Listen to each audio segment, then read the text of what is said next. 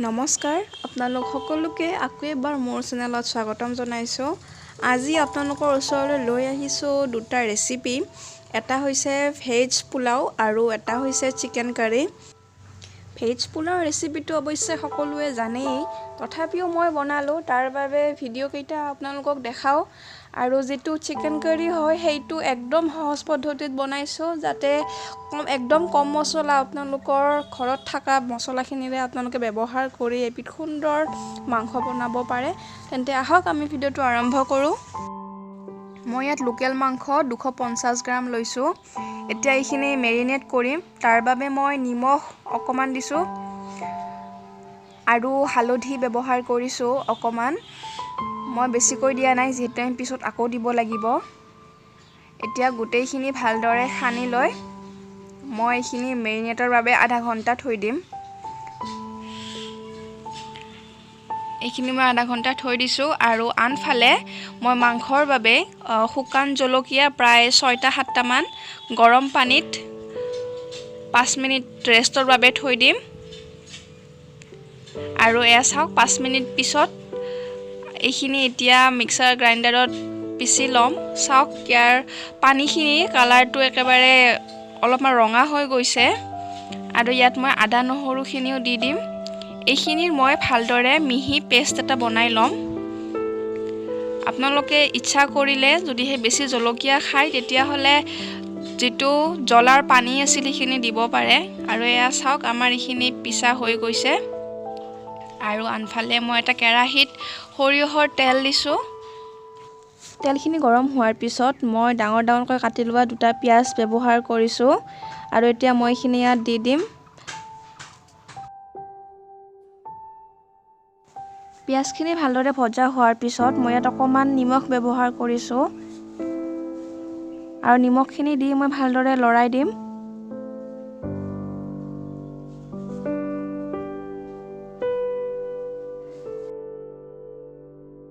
আৰু এতিয়া ইয়াত পিচি লোৱা মছলাখিনি মই দি দিছো। মিক্সাৰ গ্ৰাইণ্ডাৰটোত অকমান আৰু পানী ব্যৱহাৰ কৰি মই মছলাখিনি দি দিছো। এইখিনি ভালদৰে এতিয়া মিহলাই দিম।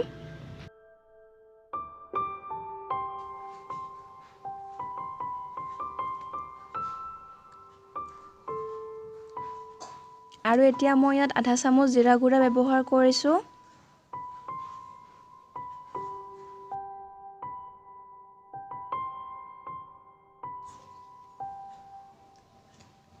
আৰু এয়া চিকেন মছলা আধা চামুচ। এইখিনি দি মই ভালদৰে লৰাই দিছো।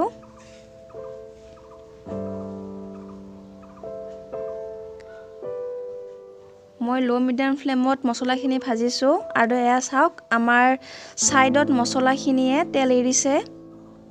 আৰু এতিয়া মই ইয়াত দৈ 4 চামুচ ব্যৱহাৰ কৰিছো। মই দৈখিনি দিয়াৰ সময়ত গেছৰ ফ্লেমটো একেবাৰে লো ৰাখিছিলো। আপোনালোকে যদিহে মিডিয়ামো ৰাখে তেতিয়াহ'লে দৈখিনি ফাটি যোৱাৰ এটা চান্স থাকে। একদম লো কৰি দিব। আৰু দৈখিনি দিয়া হোৱাৰ পিছত ভালদৰে লৰাই মই গেছৰ ফ্লেমটো আকৌ মিডিয়ামত ৰাখিছো। আৰু এয়া 3টা ডাঙৰ ডাঙৰকৈ মই আলু কাটি লৈছিলো। এতিয়া এইখিনি দি দিছো। আৰু মেৰিনেট কৰা মাংসখিনিও মই ইয়াত দি দিছো। এইখিনি ভালদৰে মই এতিয়া মিক্স কৰি লম। আৰু এতিয়া মই ইয়াত নিমখ 1 চামুচ ব্যৱহাৰ কৰিছো। এইখিনি ভালদৰে মই লৰাই দিছো।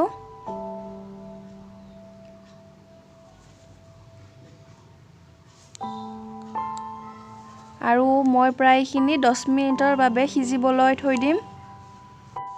আৰু মই মাংসখিনি লো মিডিয়াম ফ্লেমতে বনাইছো। আৰু এয়া চাওক প্ৰায় 10 মিনিট পিছত আমাৰ মাংসখিনি সিজি গৈছে আধা প্ৰায়। আৰু ইয়াত মই হালধি পাউডাৰ আৰু জলকীয়া পাউডাৰ দি দিছো। এইখিনি এতিয়া ভালদৰে মই মিহলাই দিছো। মিহলোৱা হোৱাৰ পিছত পানী ব্যৱহাৰ কৰিছো।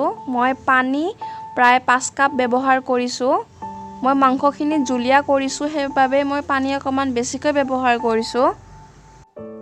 মই সৰু কাপৰ জোখত পানী 5 কাপ দিছো।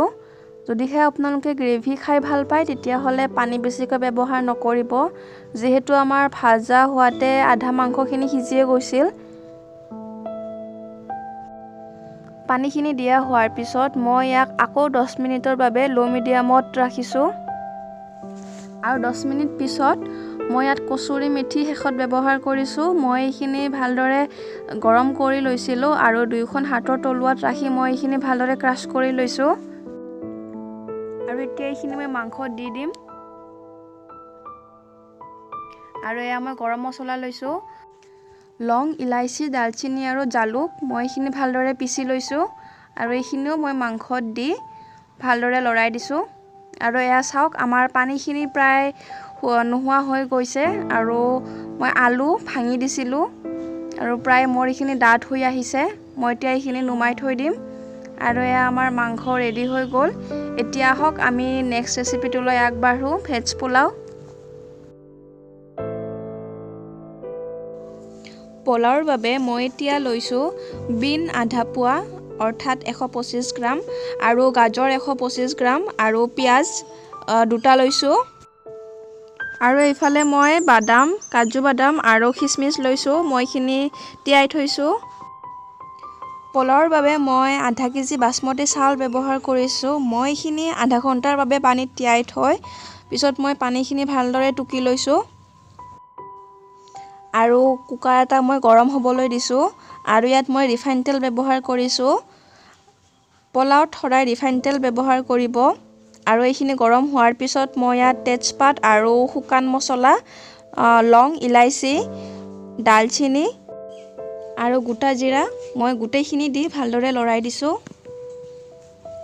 আৰু এতিয়া ইয়াত পিঁয়াজ দি দিছোঁ মই পিঁয়াজ দুটা ব্যৱহাৰ কৰিছোঁ মিহিকৈ কাটি লৈছিলোঁ এতিয়া এইখিনি ভালদৰে লৰাই দিছোঁ আৰু ইয়াত অকণমান চেনি ব্যৱহাৰ কৰিছোঁ যাতে সুন্দৰ কালাৰ হৈ উঠে আৰু ইয়াত তিয়াই থোৱা খিচমিচ কাজু আৰু বাদামখিনি মই দি দিছোঁ পিঁয়াজখিনি ভালদৰে সোণালী কালাৰ হোৱালৈকে ভাজিছোঁ আৰু এয়া ভজা হোৱাৰ পিছত মই ইয়াত গাজৰ বিন গোটেইখিনি দি ভালদৰে লৰাই দিছোঁ আপোনালোকে ইচ্ছা কৰিলে ইয়াত সেউজীয়া মটৰ আৰু আলু ব্যৱহাৰ কৰিব পাৰে কিন্তু ইয়াত মই কৰা নাই চব্জিখিনি ভজা হোৱাৰ পিছত এতিয়া মই ইয়াত চাউলখিনি দি দিছোঁ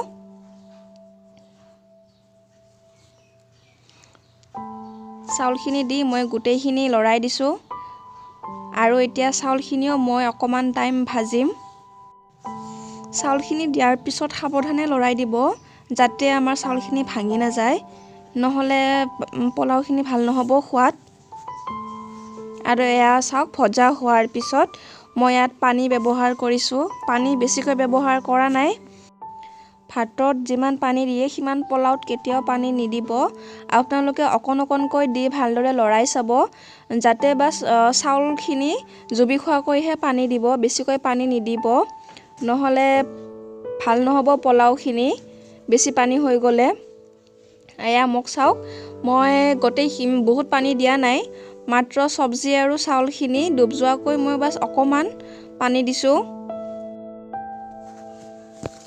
আৰু এতিয়া ইয়াত মই এচামুচ নিমখ ব্যৱহাৰ কৰিছোঁ আৰু শেষত মই বাটাৰ 2 চামুচ ব্যৱহাৰ কৰিছোঁ আপোনালোকে ইচ্ছা কৰিলে ঘিও দিব পাৰে আৰু ইয়াত মই ঢাকোন মাৰি দিছোঁ মই লো মিডিয়াম ফ্লেমতে দিছোঁ আৰু এটা চিটি অহাৰ পিছত পোলাওখিনি নমাই থ'ব আৰু এয়া মোৰ এটা চিটি আহি গৈছে মই এতিয়া গেছৰ ফ্লেমটো অফ কৰি ঠাণ্ডা হ'বলৈ দিম